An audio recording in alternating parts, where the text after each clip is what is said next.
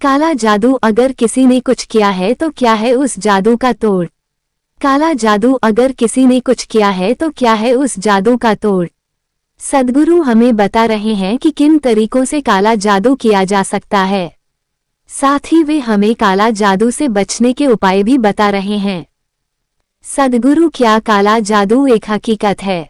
हाँ और शायद नहीं। गुरु हमें उस काले जादू के बारे में बता रहे हैं जो दूसरे लोग हम पर कर सकते हैं और साथ ही उसके बारे में भी जो हम अपने आप पर करते हैं। वह ऐसे असर को दूर करने का एक सरल तरीका भी बता रहे हैं। प्रश्न, क्या ऊर्जा को एक नकारात्मक रूप में इस्तेमाल किया जा सकता है, जैसे किसी पर काला जादू करना? गुरु, आपको ये समझना होगा कि ऊर्जा सिर्फ ऊर्जा होती है, वह न तो दैवी होती है न शैतानी। आप उससे कुछ भी बना सकते हैं, देवता या शैतान। ये बिजली की तरह होती है।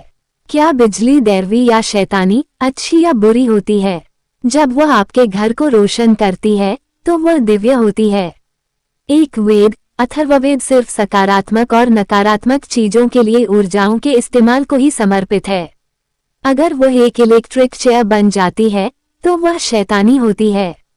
ये बस इस बात पर निर्भर करता है कि उस पल उसे कौन संचालित कर रहा है।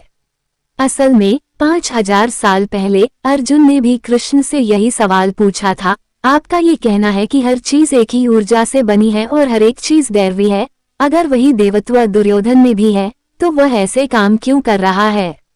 कृष्ण हंसे, क्योंकि इतना उपदेश देने के बाद भी अर्जुन इस साधारण, बुनियादी और बचकाने सवाल पर अटका था। कृष्ण ने जवाब दिया, ईश्वर निर्गुण है, दिव्यता निर्गुण है, उसका अपना कोई गुण नहीं है। इसका अर्थ है कि वह बस विशुद्ध ऊर्जा है। आप उससे कुछ भी बना सकते हैं। जो बाघ आपको खाने आता है उसमें भी वही ऊर्जा है, और कोई देवता जो आकर आपको बचा सकता है उसमें भी वही ऊर्जा है। बस वे अलग अलग तरीकों से काम कर रहे हैं। जब आप अपनी कार चलाते हैं तो क्या वह अच्छी या बुरी होती है? वह आपका जीवन बना सकती है या किसी भी पल आपका जीवन समाप्त कर सकती है न? किसी ने कुछ किया है तो क्या लोग काला जादू कर सकते हैं? बिल्कुल कर सकते हैं। अगर ऊर्जा का सकारात्मक इस्तेमाल है तो नकारात्मक इस्तेमाल भी है।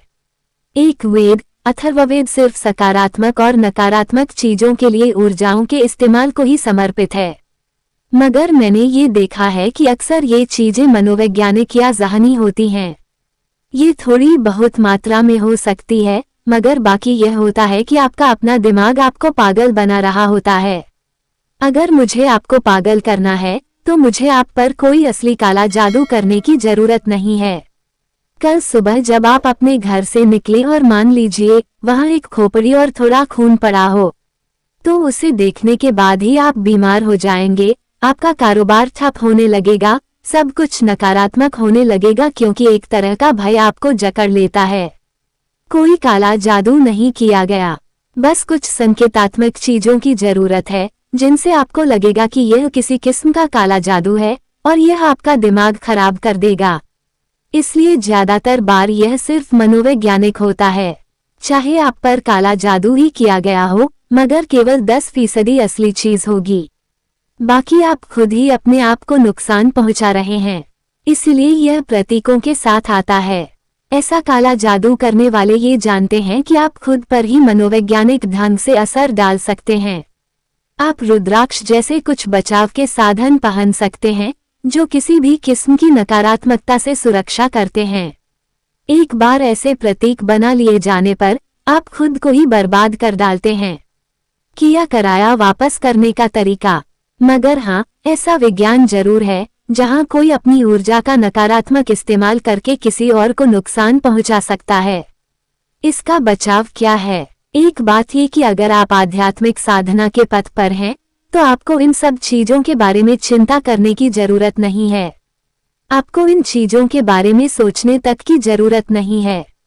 एक और तरीका यह है कि आप रुद्राक्ष जैसे कुछ बचाव के साधन पहन सकते हैं जो किसी भी किस्म की नकारात्मकता से सुरक्षा करते हैं। मगर आपको ऐसी चीजों के बारे में चिंता करने की जरूरत नहीं है।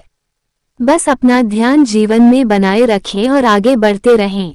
अगर आप साधना के मार्ग पर हैं तो आपको बिल्कुल भी चिंता करने की जरूरत नहीं है, यह अपने आप ठीक हो जाएगा। ध्यानलिंग। अगर आप इस तरह के नकारात्मक असर में रहे हैं तो आप आकर ध्यानलिंग की छाया में बैठ सकते हैं। ध्यानलिंग के कुछ ऐसे आयाम हैं जो ऐसी चीजों को बेअसर कर देते हैं। अगर आपको यह आशंका है कि काला जादू जैसी कोई चीज आप पर की गई है तो सिर्फ एक दिन यहाँ बैठें और फिर चले जाएं। वो अपने आप ठीक हो जाएगा। लेकिन बेहतर यह है कि आप उन चीजों पर ध्यान न दें क्योंकि किसी और से ज्यादा आपका दिमाग आप पर काला जादू करता है। ध्यानलिंग के प्रवेश द्वार के सामने विंश्री और पतंजलि मंदिर हैं। वे ध्यानलिंग से 15 डिग्री कोण पर बने हैं। उन्हें इसलिए उस जगह पर बनाया गया है, वरना वास्तुशिल्प की दृष्टि से मैं उन्हें और करीब बनाना पसंद करता। जो लोग भूत प्रेत से ग्रस्त होते हैं या तंत्र विद्या के असर में होते हैं, ऐसी समस्याओं वाले लोगों को या तो आगे की ओर 15 डिग्री कोण या पीछे की ओर 15 डिग्री कोण पर बैठने के लिए कहा जाता है। आमतौर पर जो लोग भूत प्रेत से ग्रस्त होते हैं या तंत्र विद्या के असर में होते हैं, ऐसी समस्याओं वाले लोगों को या तो आगे की ओर 15 डिग्री कोण या पीछे की ओर 15 डिग्री कोण पर बैठने के लिए कहा जाता है। यह इस पर निर्भर करता है कि उन्हें किस तरह की समस्या है। उस जगह को खास तौर पर इस तरह बनाया गया है ताकि लोग उसका इस्तेमाल कर सकें। चाहे आपको इसका पता हो या नहीं, मगर काला जादू जैसे ऊर्जा के नकारात्मक इस्तेमाल होते हैं। 15 डिग्री के कोण पर ये द्वार है। चाहे आपको पता चले या नहीं, यहाँ प्रवेश करने वाला हर इंसान नकारात्मक असर से मुक्त हो जाता है। यही वजह है कि ध्यानलिंग में आने वाले लोग पाते हैं कि उनकी जिंदगी अचानक बदल गई है। ऐसा इसलिए है क्योंकि उनके जीवन से नकारात्मक असर चला जाता है। जब हम नकारात्मक असर कहते हैं तो इसका मतलब सिर्फ यह नहीं है कि किसी ने आप पर कुछ किया हो। आप कई तरह से यूं ही किसी नकारात्मकता को ग्रहण कर सकते हैं। यही वजह है कि ध्यानलिंग में आने वाले लोग पाते हैं कि उनकी जिंदगी अचानक बदल गई है। देखिए, यह जरूरी नहीं है कि कोई किसी फल को जहरीला बनाकर आपको दे। उस फल में कोई कुदरती जहर भी हो सकता है जो खाने पर आपके शरीर में प्रवेश कर सकता है। इसलिए जीवन के नकारात्मक पहलू बहुत तरीकों से आपके अंदर प्रवेश कर सकते हैं। यह जरूरी नहीं है कि कोई कहीं बैठकर आपके खिलाफ साजिश कर रहा हो।